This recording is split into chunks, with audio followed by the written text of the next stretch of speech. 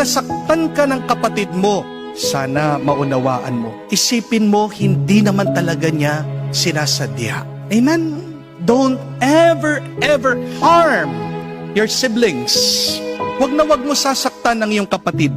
Kasi ang kapatid mo yan forever. Whether you like it or not. Gusto man hindi. Kahit na paano mo siya itakwil, magkapatid pa rin kayo, magkalaman pa rin kayo, magkadugo pa rin kayo. Magsumpaan man kayo, pagdasal mo man na mamatay siya, hindi pwedeng alisin ang katotohanan na galing kayo sa iisang laman, sa iisang magulang. Kahit na anong gawin nyo, magkalayo man kayo, magkikita at magkikita pa rin kayo. Amen? Hindi mo maiiwasan, merong birthday, may family reunion, may libing, magkikita at magkikita pa rin kayo. Sana wag niyong hayaan na yung burol, yun yung maging dahilan para magkasundo kayo. Hindi kailangan na merong mamatay para mag-usap lang kayo at magpatawad sa bawat isa. Ang hirap kaya nakaaway mo ang iyong kapatid. Di po ba? Lumiliit ang mundo mo kapag may galit ka, may hinanakit ka sa iyong kapatid. Ang mga matatilinong tao, hindi nakikipag-away sa mga kapatid nila. Amen? At ang mga makadiyos, lalong-lalo na, hindi nila hinahamak ang mga kapatid nila. Ano ang sabi ng ating Panginoon? Ang sino man napupuot sa kanyang kapatid ay mananagot sa hukuman.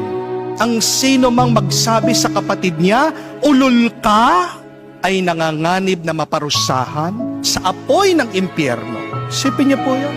Huhusgahan kayo sa kung paano nyo tinrato, pinakitunguhan ang inyong mga kapatid. Seryoso ang ating Panginoong Jesucristo pagdating sa pagmamahala ng mga magkakapatid. Masakit para sa Diyos ang nakikita niyang nag-aaway ang mga magkakapatid.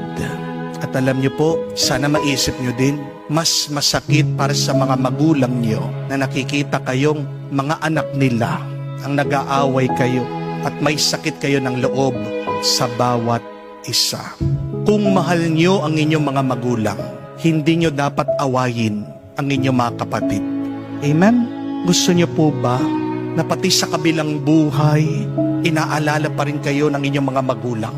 Kung hindi man kayo maawa sa inyong mga magulang, sana kapatid, maawa naman kayo sa inyong mga kaluluwa. Dahil ang iyong kaluluwa ay haharap sa Diyos. At isang tanong ng Panginoon sa iyo, minahal mo ba ang iyong mga kapatid? Nakasalalay ang kaligtasan ng iyong kaluluwa sa kung paano mo minahal ang kapatid mo. Hayaan